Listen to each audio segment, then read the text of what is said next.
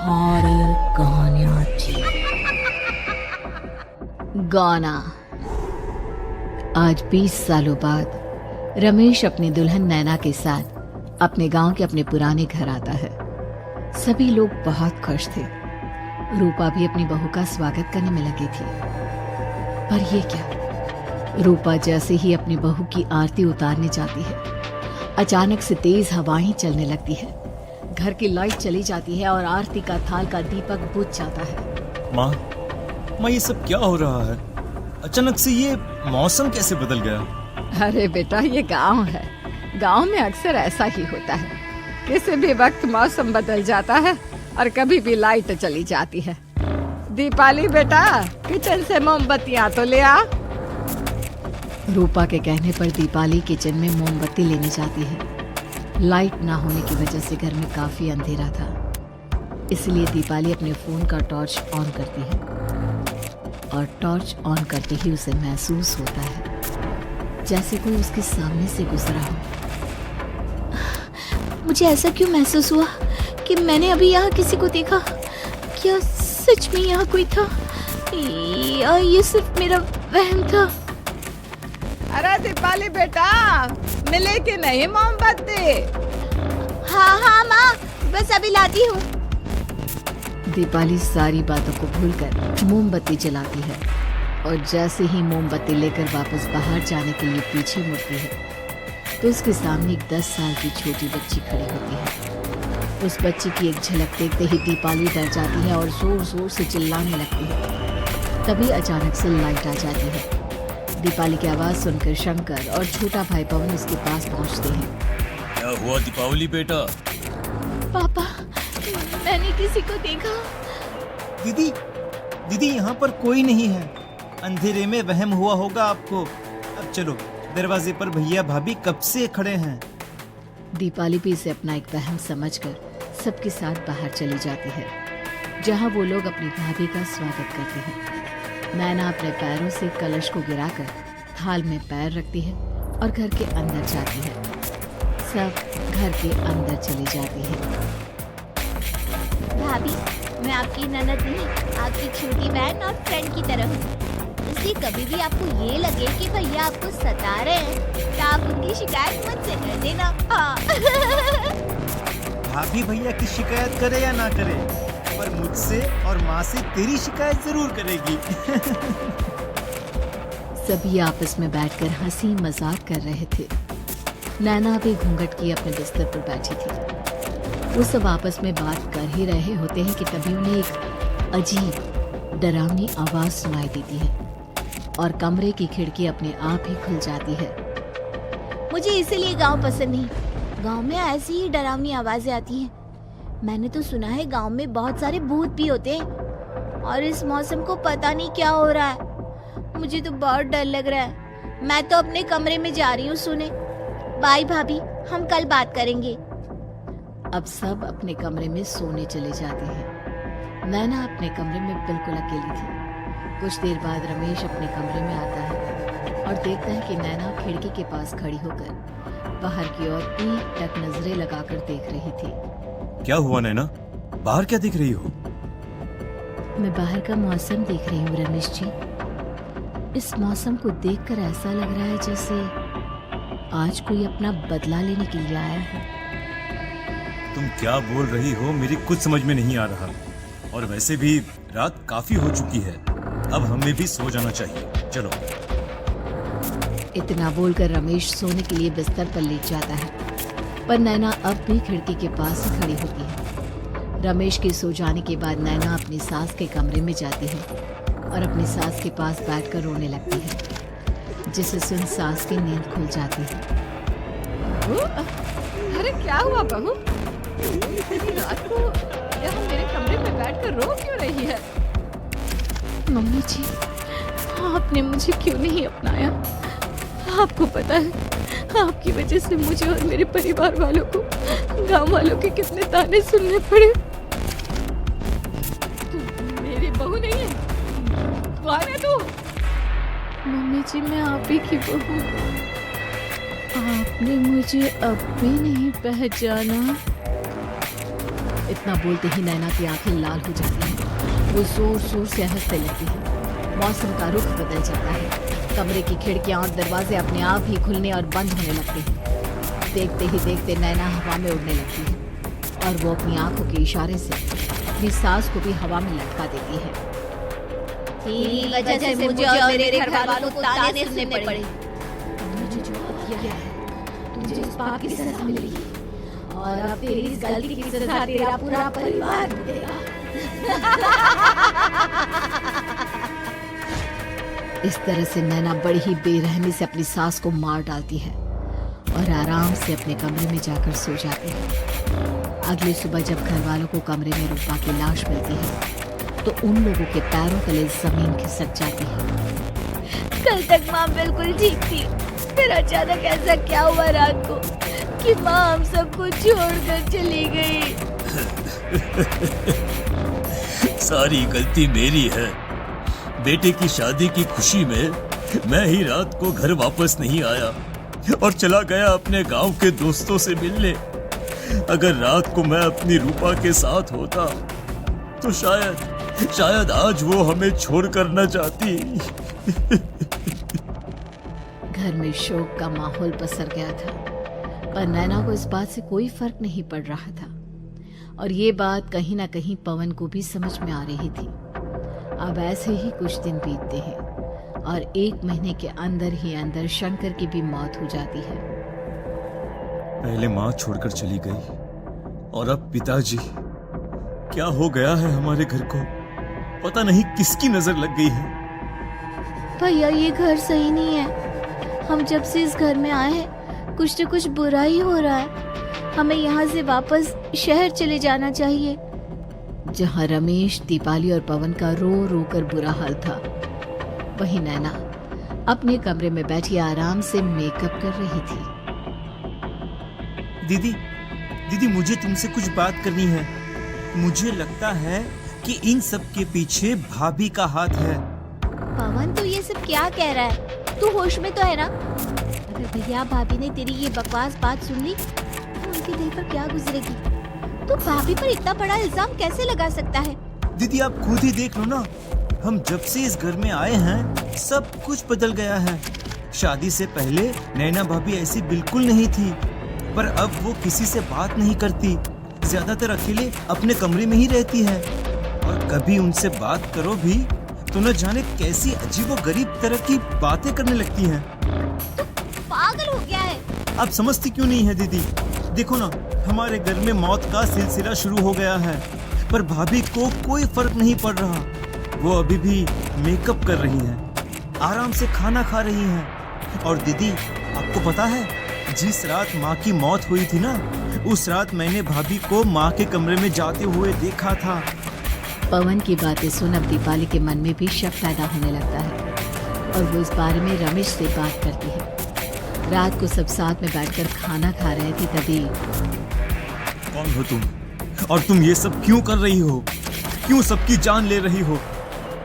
रमेश जी ये आप क्या कह रहे हैं? मैं भला मम्मी जी पापा जी की जान क्यों लूंगी? मैंने कब कहा कि तुमने माँ पापा की जान ली? नैना, तुम तो मेरी पत्नी हो, तुम थोड़ी किसी को मारोगी।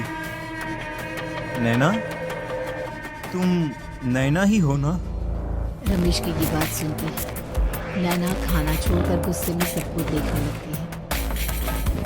नैना की गुस्से भरी आंख को देखकर तीनों भाई बहन डर जाते हैं। तभी नैना जोर जोर से हंसने लगती है।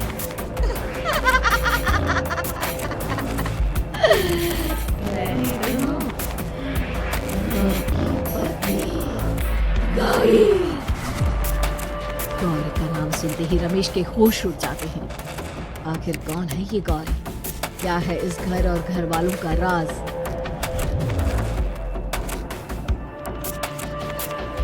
हमारे दोनों बच्चे एक साथ कितने अच्छे लग रहे हैं ना? हाँ, कितने अच्छे दोस्त हैं दोनों। बस बड़े होने के बाद भी इनकी ये दोस्ती बनी रहे तो बच्चे कितने खुश रहेंगे। मैं क्या सोच रहा था कि क्यों ना हम अपनी दोस्ती को रिश्तेदारी में बदल दें। मैं अपने बेटे रमेश की शादी तेरी बेटी गौरी से करना चाहता हूँ। इस तरह हमारे बच्चे भी हमेशा साथ रहेंगे और हमारी दोस्ती भी रिश्तेदारी में बदल जाएगी। शंकर की इस बात से उसके दोस्त को बहुत अच्छा लगता है और वो अपनी बेटी की शादी रमेश से करवाने के लिए तैयार हो जाता है। बहुत जल्द दोनों परिवार मिलकर बचपन में ही रमेश और गौरी की शादी करा देते हैं। अरे शंकर, अपने बच्चों की शादी करवा कर हमने अपनी दोस्ती को रिश्तेदारी में बदल तो लिया, पर मैं चाहता हूँ कि अपनी गौरी का गौना 2 साल बाद कर दूं, ताकि वो थोड़ी समझदार हो जाए। अरे हाँ हाँ दोस्त, बिल्कुल, अब हमें कोई दिक्कत नहीं है। इसी तरह समय बीतने लगता है। समय के साथ शंकर का कारोबार तरक्की पकड़ लेता है और 2 साल बाद शंकर अपने पूरे परिवार के साथ शहर में शिफ्ट होने की तैयारी कर लेता है। जब ये खबर उसके दोस्त को पता चलती है तो वो शंकर से बात करने उसके घर जाता है। शंकर, 2 साल पूरे हो चुके हैं और अब तू शहर भी जाने वाला है। मैं सोच रहा था कि तेरे शहर जाने से पहले गौरी का गौना कर दूं, ताकि तू अपनी बहू को अपने साथ लेकर जा सके। ये तो कैसी बातें कर रहा है? रिश्तेदारी बराबरी वालों से होती है, और वैसे भी अब मैं, मेरा बेटा या मेरा परिवार कोई भी इस रिश्ते को नहीं मानता। ये तो कैसी बातें कर रहा है दोस्त? जब हमने अपने बच्चों की शादी करवाई थी तब हम दोनों ही एक बराबर थे।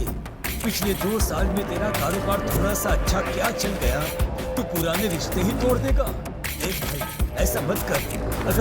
अगर तूने मेरी बेटी को अपनी बहू के रूप में नहीं अपनाया तो कोई भी मेरी बच्ची से शादी नहीं करेगा। अरे उसकी जिंदगी बर्बाद हो जाएगी।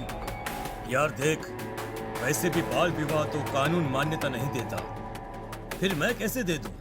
तू अपनी बेटी के बड़े होने पर उसकी शादी किसी दूसरे लड़के से करवा देना। वैसे भी तब तक ना उसे और ना ही गांव वालों को ये बात याद रहेगी। मेरे बेटे को बख्श दे मेरे भाई। इस तरह से शंकर अपने दोस्त के परिवार और गौरी को गांव वालों के ताने सुनने और जिल्लत से भरी जिंदगी जीने के लिए छोड़ अपने परिवार वालों के साथ शहर चला जाता है।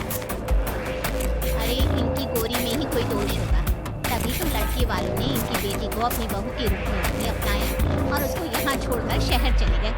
अब कौन थामेगा ऐसी लड़की का हाथ? अरे पता नहीं कैसा आदमी है जो गांव वालों के इतने ताने सुनकर भी सर उठाकर गांव में चल रहा है। अरे अगर मेरी बेटी के साथ ऐसा हुआ होता ना तो मैं तो शर्म के मारे मर ही जाता। दिन रात लोगों की नजरों में अपने लिए ग्रहण देख और सबके ताने सुन सुन अब गौरी के पिता हिम्मत हारने लगते हैं और एक रात गौरी के माता पिता खुदकुशी कर लेते हैं। ये सदमा गौरी भी सहन नहीं कर पाती और उसकी भी मृत्यु हो जाती है। तुम्हारे परिवार की वजह से हम लोगों ने अपनी इज्जत और जान गंवाई। इसका बदला तो तुम्हें चुकाना पड़ेगा, वो भी अपनी जान देकर। हंसते हुए अब नैना हवा में उड़ने लगती है। नैना अब पूरी तरह से बदल चुकी थी। गौरी की आत्मा उसके शरीर पर हावी हो चुकी थी। उसकी आंखें सफेद, पैर उल्टे, चेहरा काला और बाल बिखर गए थे। अब गौरी अपनी शैतानी शक्तियों से घर के हर कोने को अपने काबू में कर लेती है और सीधी दीवार पर जाकर चिपक जाती है। मुझे अपना बदला चाहिए। बदला लूंगी मैं तुम सबको खत्म कर दूंगी। गौरी इतनी तेज चिल्ला रही होती है कि उसकी आवाज से घर के सारे कांच टूट जाते हैं। सामान इधर उधर गिरने लगता है और ये सब देखकर तीनों भाई बहन के होश उड़ जाते हैं। बचाओ, भागो, भागो। उन तीनों को अपनी जान बचाने के लिए यहाँ से वहाँ भागना था। गौरी जोर जोर से हंसने लगती है। तभी दीपाली घर से बाहर निकलने लगती है, जिसे देख गौरी गुस्से में अपनी शक्तियों से तुरंत घर का दरवाजा बंद कर दीपाली को हवा में उड़ा देती है। बाहर भाई मुझसे बचकर भागना चाहती है? कोई नहीं बचेगा, आज तुम सब मरने वाले हो। अचानक घर में भूतिया आवाजें गूंजने लगती हैं, तेज हवाएं चलने लगती हैं। सोफा, टेबल, कुर्सी सब हवा में उड़ने लगता है। ये सब देखकर रमेश, दीपाली और पवन की रूह कांप जाती है। घर में ये सब होते हुए और अपनी बहन को हवा में उड़ते हुए देख रमेश और पवन को भी समझ में नहीं आ रहा था कि वो क्या करे, कैसे अपनी जान बचाए। इतने में गौरी अपनी आंखें दीपाली की तरफ करती है और अपनी शैतानी शक्तियों से उसका गला दबाने लगती है। मेरा बहुत शौक है ना, अब मैं तुझे इस दुनिया से ही भगा दूंगी। इतना बोलकर गौरी दीपाली को उठाकर फेंक देती है और दीपाली दीवार से टकराकर नीचे गिर जाती है। दीपाली के पूरे शरीर में चोट के निशान होते हैं और वो उठ भी नहीं पाती। दोनों भाई भागते हुए अपनी बहन के पास जाते हैं। ये तो शुरुआत है, मैं तुम तीनों को मारूंगी। अरे पर हमने क्या किया है? हम तीनों भाई बहन तो निर्दोष हैं। गलती तो हमारे माता पिता ने की थी और उन्हें तुम पहले ही मार चुकी हो, फिर हमारे पीछे क्यों पड़ी हो? पवन के इतना बोलते ही गौरी एक हवा के झोंके की तरह उसके पास आती है और उसका गला पकड़कर उसे हवा में उठा देती है और रमेश को गुस्से भरी नजरों से देखती है। मेरे परिवार की नहीं थी, पर सबको मरना पड़ा। मैं किसी को नहीं छोड़ूंगी। गौरी पवन को हवा में उछाल देती है, जिस पर कमरे की छत से टकराकर जमीन पर आकर वो गिरता है। उसके सर और शरीर पर जगह जगह चोट लग जाती है और खून बहने लगता है, जिसे देख अब रमेश से चुप नहीं रहा जाता। गौरी, तुम्हारा गुनहगार मैं हूँ। तुम्हारी शादी मुझसे हुई थी। अगर तुम्हें बदला चाहिए तो मुझसे लो। मेरे भाई बहन को छोड़ दो। तुम मुझे मार दो। मरना तो सबको पड़ेगा। अरे पर इसमें उन दोनों की कोई गलती नहीं है। प्लीज, मैं मानता हूँ कि तुम और तुम्हारे परिवार के साथ जो कुछ भी हुआ वो गलत था। पर गौरी, मैं प्लीज मेरे भाई बहन को छोड़ दो। उन्हें तो इस बात के बारे में कुछ भी पता नहीं है। उनका इस सबसे कोई लेना देना नहीं है। तुम और तुम्हारा परिवार यही चाहता था ना कि मैं तुम्हें अपना लूं। उस समय मैं बच्चा था। मेरे पास इतनी समझ नहीं थी। पर आज मैं तुम्हें तुम्हारे इसी रूप में अपनाता हूँ। मेरे साथ जो करना है कर लो। बस मेरे भाई बहन की जान बख्श दो उनकी जान। रमेश की ये बात सुनकर गौरी का गुस्सा थोड़ा शांत होता है। मैं तुम्हारे भाई बहन को नहीं मारूंगा, पर तुम्हें मरवाऊंगा। तुम्हारी आत्मा को मेरे साथ शादी करनी होगी। मुझे मंजूर है। अब रमेश गौरी के साथ छत पर जाता है और छत से नीचे कूद जाता है। रमेश के मरते ही गौरी उसकी आत्मा को अपने साथ ले जाती है और इस तरह से रमेश खुद मरकर अपने भाई बहन को बचा लेता है।